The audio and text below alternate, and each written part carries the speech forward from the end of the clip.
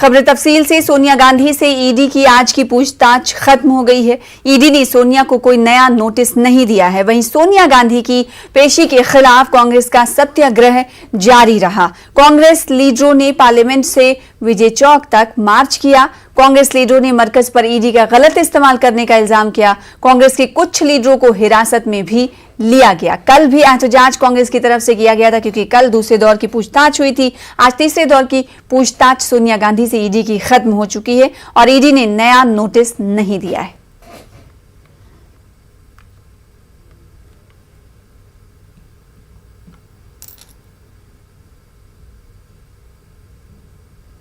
Actually, this is police raj is happening here. There is no discussion is allowing in the parliament. Those who are raising issues of price rise are being suspending. 24 MPs are suspended. What is the reason?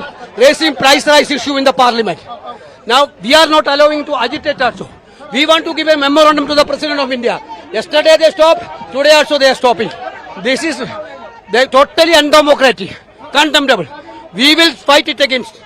बेरोजगारी सरकारी एजेंसियों के दुरुपयोग का मुद्दा उठाने की इजाजत मिले, लेकिन जब संसद में वो इजाजत नहीं मिल रही तो हम जाकर राष्ट्रपति जी को ज्ञापन देना चाहते हैं, उसकी भी इजाजत नहीं मिल रही हमें यहाँ से पुलिस लाइन में लेके जाया जा रहा है हर रोज।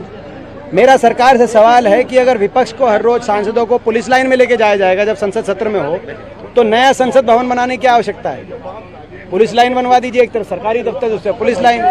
हम लगातार सरकार से आग्रह कर रहे हैं कि महंगाई पे चर्चा हो, खाद्य पदार्थों पे जीएसटी लगाने पे चर्चा हो, बेरोजगारी पे चर्चा हो, अग्निपथ पे चर्चा हो और केंद्रीय जांच एजेंसीज के दुरुपयोग सरकार द्वारा करने पे चर्चा हो।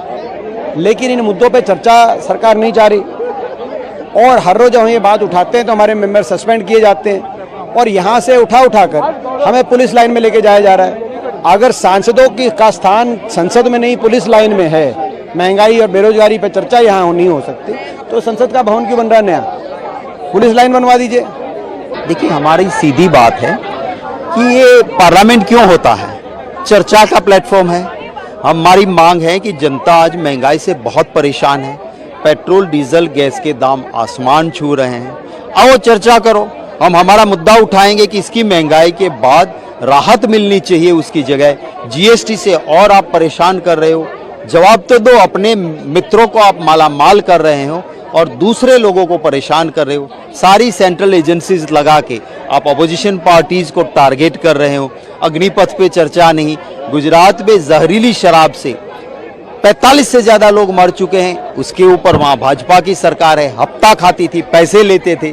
जो चर्चा करो तो ये चर्चा नहीं, संवाद नहीं और सस्पेंशन करते हैं, तो हमारे सांसदों के सस्पेंशन के खिलाफ भी हमारी आवाज है। और राज्यसभा में 19 लोग, अब और एक हो गया 20 लोग। तो जो सस्पेंशन ऑर्डर इश्यू था तो उसका विड्रॉ करने के लिए मैंने नोटिस दिया था रूल 256 सब क्लॉज 2 के तहत। तो वो यही कहता है कि सस्पेंड अगर 256 में होता है तो रिवोकेशन 2562 में होता है। तो इसीलिए मैं चेयरमैन से भी मिला, मैं हमारे वेणुगोपाल जी और हमारे जयराम रमेश जी और दूसरे साथी भी थे और अपोजिशन के फ्लोर लीडर्स भी वहाँ पर थे। हमने उनसे रिक्वेस्ट यही किया कि आप जो सस्पेंड किए ये अच्छा नहीं है। डेमोक्रेसी में हम अपनी बात रखना चाहते हैं, महंगाई पे अपनी बात रखना चाहते हैं, जीएसटी पे अपनी बात रखना चाहते हैं।